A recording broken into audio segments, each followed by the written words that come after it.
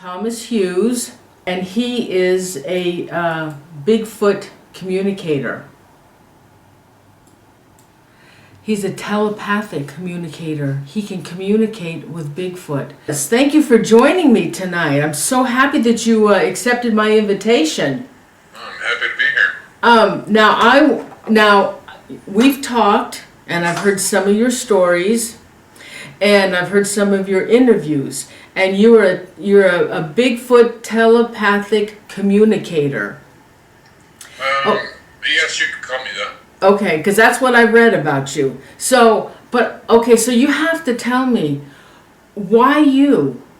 I mean, there's so many people that are out there that are looking for Bigfoot, but I've never heard of anybody before that has been able to communicate with Bigfoot. And why are they communicating with you?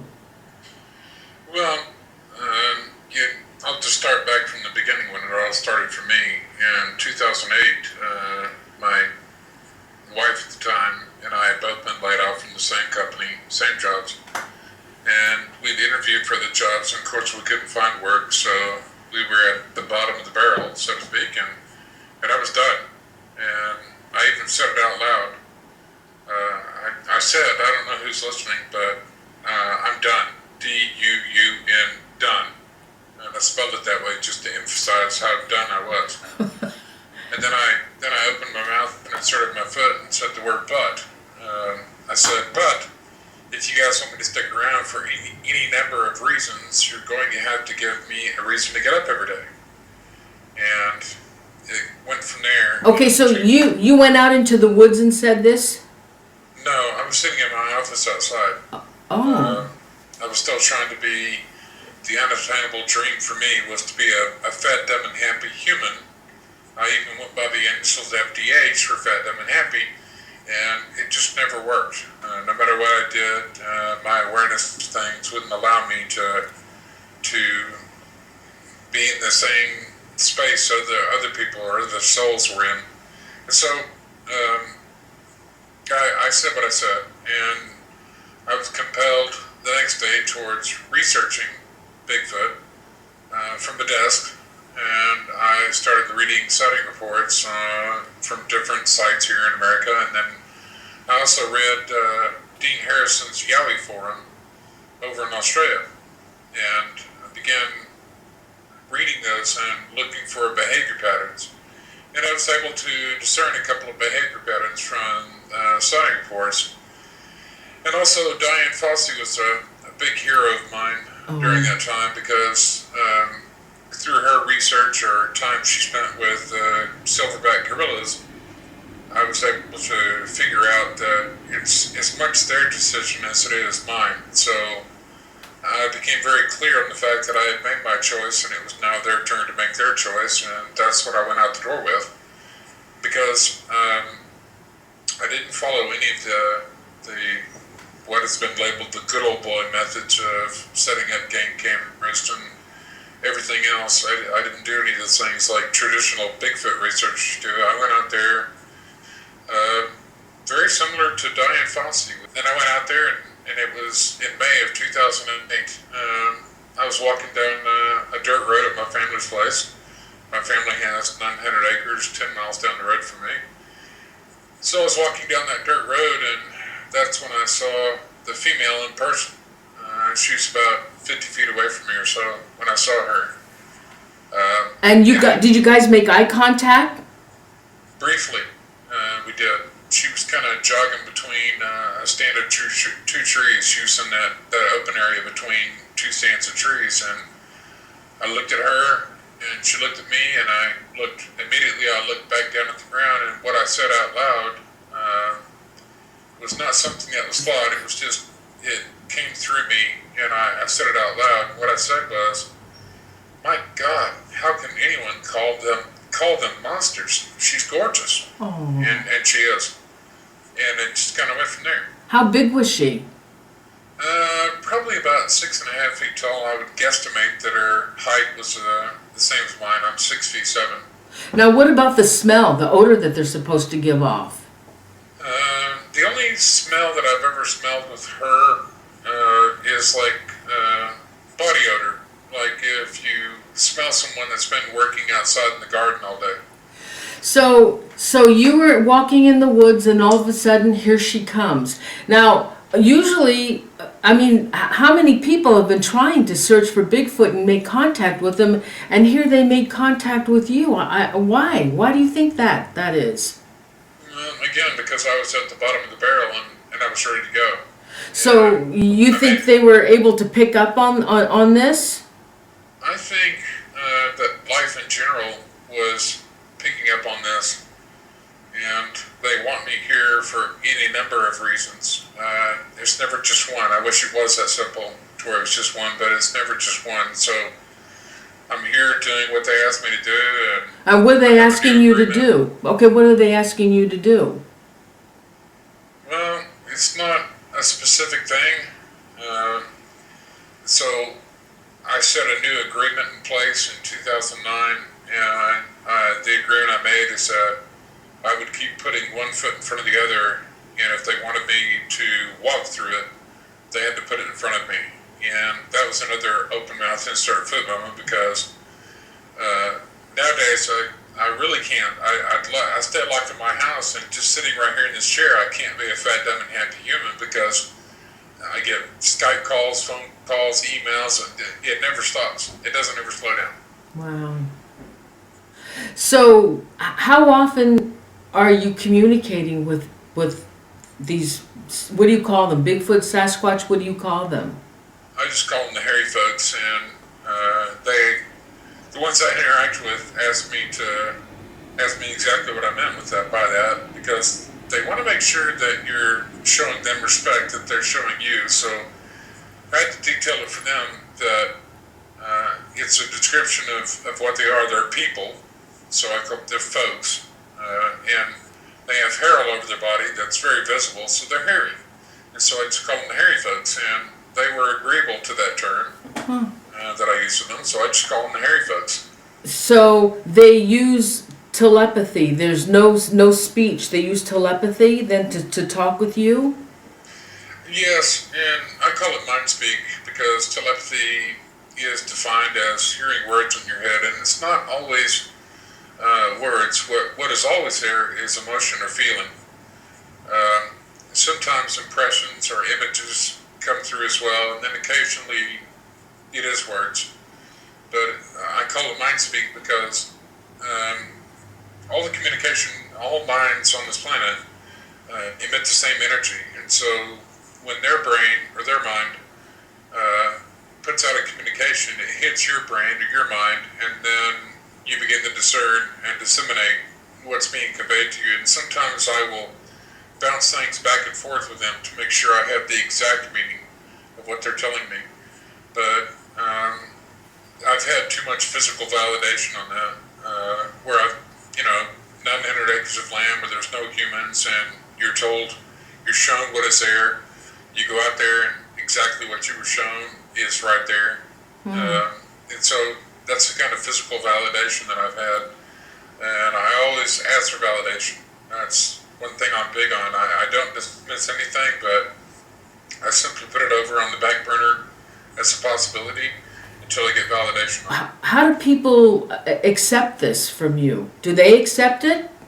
Well, what I can say is that I was 38 when this started, and I'm 42 now. So in 4.5 years, I've taken more ridicule than I have in the first 38 years of life in this body.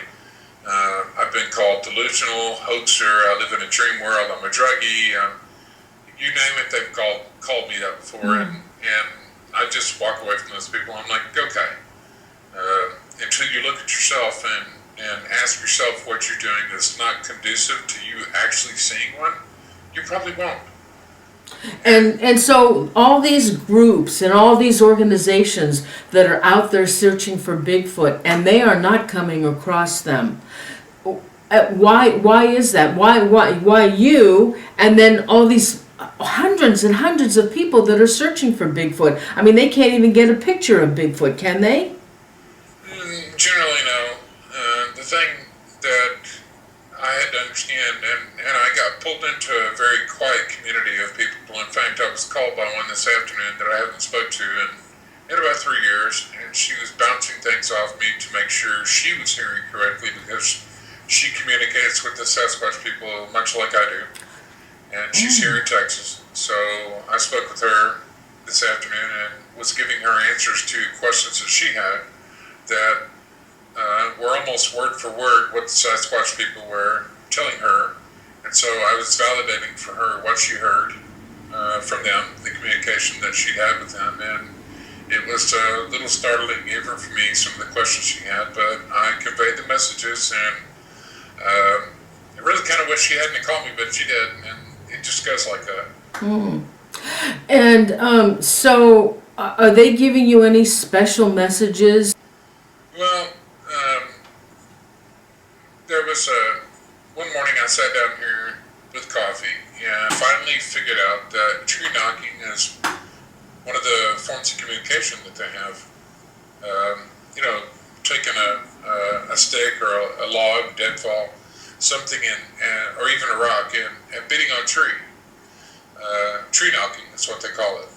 And so they figured out this is a form of communication, but they don't know what they're saying. They don't know the response when a tree knock comes back. They don't know what to do or what to knock or vocalization to make next. So if you can imagine, it's a whole bunch of humans out there knocking on trees, and you're hearing it out in the woods, knock, knock, knock, knock, knock, knock. So this Sasquatch came to me when I sat down in my chair, and I said to him, "What do you want?" And he said, "Joke for you." What did he say? What did he say? He said, "Joke for you." Joke? Yes. You mean a Sasquatch said that to you? Well, wait till you hear the joke. Because, yes, he did. They know jokes? That's one thing that never stops, is their sense of humor once it starts. They love playing pranks. In any case, I said, "What do you want?" And he said, "Joke for you." And I said, "Man, I just sat down with coffee. I don't want to hear a joke." And he said, "Too bad. You're here anyway." I said, "Okay, fine. What's your joke?" He said, "I say knock knock. You say who there?" I said, "Fine." So he said, "Knock knock." I said, "Who's there?" He said, "Knock knock." I said, "Who's there?" He said, "Knock knock." I said, "Who's there?" He said, "Knock knock." I said, "How long is this going to go on for?" And he said, "How do you like it?" Oh my God. Now, Thomas, tell me, when these Sasquatch travel, do they travel in groups? Do they travel with their families? How do they travel? Well, it depends on what kind of traveling they're doing. If they're just traveling in the area where they live, then it's not uncommon to see them by themselves. If they're traveling to a location that's a distance away for a funeral, so to speak, or something of that nature, then yes, they will travel as a family unit or as a tribe and go there. Okay, now I've often talked about this, why they're not finding skeletons or any bodies of Sasquatch, and you confirmed what I was thinking. So tell us why these people will not find a body or skeletons of a Sasquatch. They typically dig a hole 10 to 12 feet deep, throw the body in that hole, and then cover it. So they bury their past ones that have passed out of body. Go ahead. And that's not an uncommon thing. If you can ever get Indians to talk, there's a Cherokee elder, and if you put 3 words in Google, you'll find it: Cherokee Hill Bigfoot. If you put those 3 words in Google, you'll find the story where a Cherokee elder took Barton Unley to an ancient Cherokee burial ground that's hidden in Tennessee. No white people know where this place is at. Wow. But my people, the Salagi, or what it's popularly known as Cherokee, they shared their burial grounds with the hairy folks, and Bart Nunley was able to examine a leg bone. But you'll read about it in that article if you pull it up. He was able to examine the leg bone that from the ankle to the knee, just that leg bone, was 3 feet in length. Wow.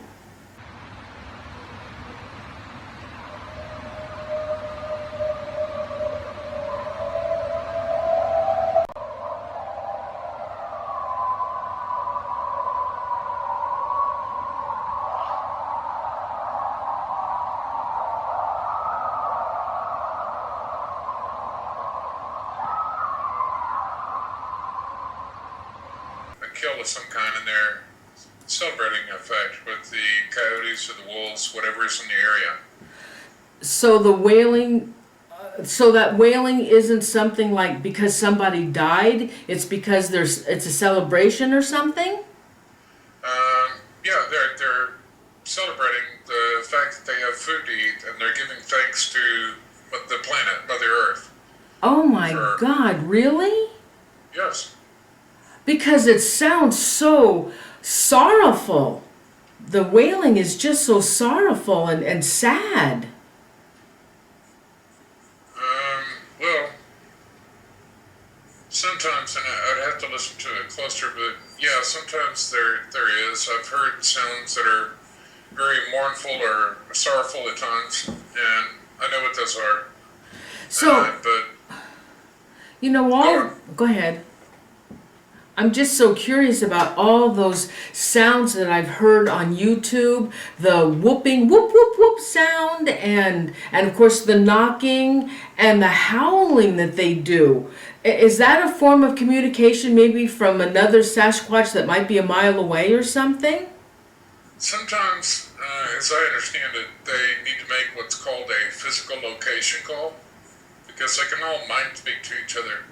So that's not a problem as far as communication goes. Where the problem comes in at times is when they need to know where each other is physically at. That's where they use tree knocks. While they will use different items, whoops, tree knocks. Sometimes they'll do other things as well. But I'll give you a link, and if you click on that link and let that page load, you can play that for everyone. They'll be able to hear it over the show. Oh, okay. Okay, I'll play that. Yep.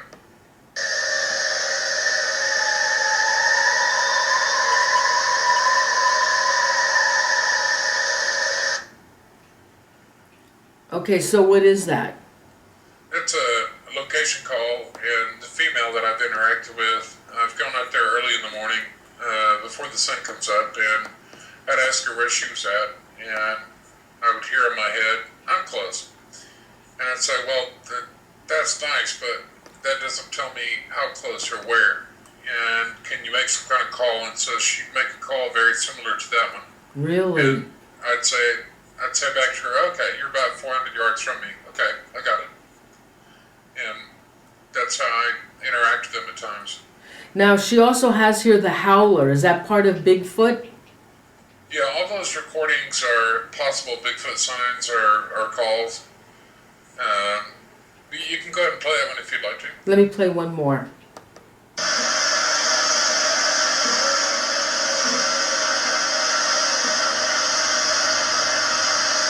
That one's hard to hear.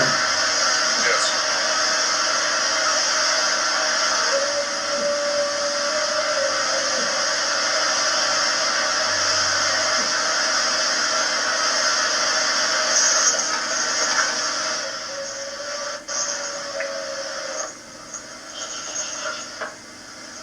Yeah, that's a howling.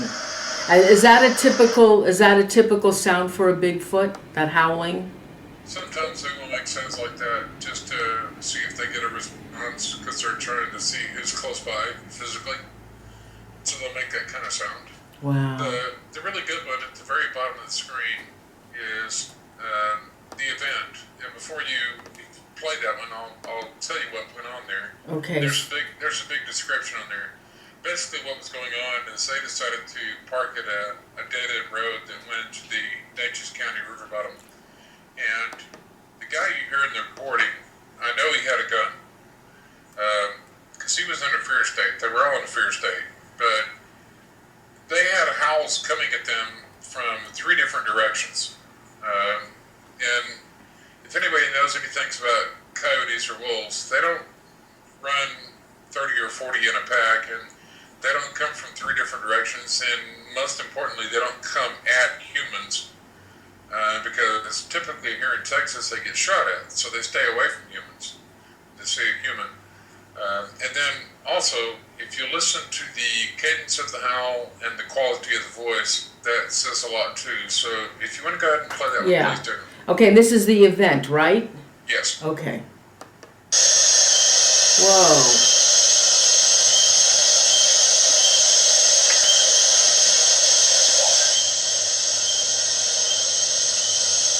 Not very close. As they continued to howl, they just closed in because they decided that they were going to run the humans out of the woods. Oh. And they did. Wow. Because that is a scary sound. Yeah, it tends to scare people, so it's easier for them to scare humans out of the woods, especially if they got some kind of ceremony or celebration that they're doing and there's humans close by. They can just scare them out of the woods so that they can have the woods to themselves for the rest of the night. Wow. Because they typically sleep during the day. Oh, yeah. Hey, Thomas, we've run out of time, and I want to thank you so much for being my guest tonight. I really enjoyed it, and I'd like to have you back and talk some more about this subject. Now, you have a blog spot, or you're a host to a radio show. Yes, I co-host on wolfspiritradio.com. In fact, we've got a show that should be starting here in a moment, so I'll be over there on Thursday night's Buffalo Talk. Thank you so much, Thomas. Have a good evening. You too. Bye-bye. Bye. And he